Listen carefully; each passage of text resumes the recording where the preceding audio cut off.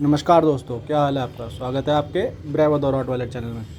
तो जो आज का टॉपिक है वो डॉग लवर्स के लिए बहुत ज़्यादा इंपॉर्टेंट होने वाला है। जो कोई नया डॉग लेके आ रहा है उसके लिए भी। दोस्तों आजकल सबको पता ही है कि डॉग रजिस्ट्रेशन या आसान भाषा में कहूँ तो डॉग्स विद पेपर्स का ट्रेंड आ गया है। कोई भी डॉग मांगता कहता है भैया विद पेपर ही चाहिए, चाहे KCI रजिस्टर्ड हो या UKC रजिस्टर्ड हो।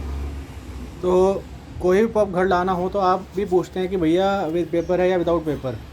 तो ब्रीडर का जवाब आता है जनरली कि विद पेपर है जी, या पेपर सप्लाइड हैं। जैसे आएंगे आपको कुरियर कर देंगे, आप पेमेंट करवा दीजिए और बच्चा ले जाइए। क्योंकि KCI जो आजकल पेपर लेट दे रहा है, ऐसा वो बोलते हैं कई बार।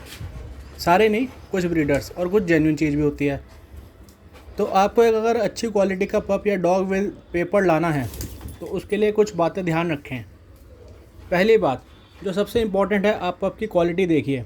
क्वालिटी का मतलब ये नहीं है कि जो पप है आपका ओवरवेट है तो ही अच्छा है, बल्कि आप देखिए वो एक्टिव कितना है। क्योंकि जो एक्टिविटी में नंबर 1 होगा, डॉग एक्टिव होगा फुल्ली, वही डॉग आपको अच्छा रहेगा आपके घर के लिए। डल डॉग कोई भी काम नहीं आएगा। हो भी सकता है कि उसमें स्टेरॉइड्स भी लगे हों उसको हैवी दिखाने के लिए। उसकी बोन्स स्ट्रॉन्ग है या नहीं, उसकी आइज़ देखिए, ईयर सेटिंग देखिए, ये सब स्टैंडर्ड के अकॉर्डिंग है या नहीं। आप नहीं जानते तो किसी एक्सपीरियंस बंदे को साथ लेके जाइए। और बाइट आउट तो नहीं है ये भी चेक कीजिए। उसके पेरेंट्स हिस्ट्री भी चेक कीजिए और सामने से एक्चुअल पेरेंट्स देखें। क्योंकि पुराने लीडर जिनके पास गए हैं उनसे भी आप फीडबैक ले सकते हैं। कई बार ऐसा होता है कि मदर नहीं दिखाते या फादर नहीं दिखाते, कहते हैं कि हमने सेल आउट कर दिया है या वो मर गई है, तो आप वहाँ से डॉग मत लीजिए। अगर पप आपको अच्छा लगा है और पेपर सप्लाइड है और सब कुछ ओके हो गया है तो 25% अमाउंट रोक के लीजिए। क्योंकि जब पेपर्स आपके पास आ जाएंगे तभी आप पेमेंट पूरा करें, नहीं तो आप फ़ोन करते रहेंगे और आपके पेपर्स कब आएंगे वो बस भगवान ही जानता है। मैं बता दूं सब ब्रीडर्स के लिए नहीं है। कुछ एक आध ब्रीडर्स या जनरली कई बार जेन्युइन प्रॉब्लम भी हो जाती है, लेकिन कुछ ब्रीडर्स इस चीज़ का फ़ायदा भी उठाते हैं।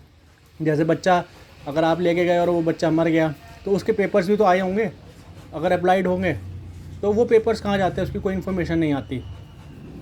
खाली पेपर्स और माइक्रोचिप का जो थर्ड पॉइंट है वो ये है, खाली पेपर्स और माइक्रोचिप का कोई काम नहीं होगा अगर आप डॉग की ओनरशिप ट्रांसफ़र नहीं कराएंगे। जो ओनरशिप का पेपर होता है वो सर्टिफिकेट के साथ ही आता है, रजिस्टर्ड सर्टिफिकेट के साथ जो आता है वो ओनरशिप का भी फॉर्म आता है जो आपको फिलअप करना पड़ता है। ध्यान रहे ओनरशिप ट्रांसफ़र सर्टिफिकेट पर ब्रीडर से साइन कराएँ और KCI को डिमांड ड्राफ्ट के थ्रू भेज दें। ऐसा नहीं है कि सारे ब्रीडर ऐसा कर रहे हैं और ऐसा भी नहीं है कि सबके पेपर्स लेट आ रहे हैं। ये डिपेंड करेगा आपकी डीलिंग पे। आप हैवी अमाउंट पे कर रहे हैं कोई बच्चा घर में लाने के लिए तो इतनी ट्रांसपेरेंसी तो बनती है। और अगर आप एक सर्वे करवा के देखेंगे और आपको जनरल भी पता चल जाएगा कि 80% ऑफ दी डॉग लवर्स वो are trying to get a KCI registered और UKC registered dog, they don't even participate. कोई भी अगर डॉग शो हो रहा है they are not interested for the dog shows. बस वो स्टार्टिंग में मैंने देखा थोड़ा बहुत क्रेज़ होता है कि पेपर्स आ जाएं, देन उसके बाद उनके पास एक्चुअल में इतना टाइम ही नहीं होता टू ट्रेन अ डॉग।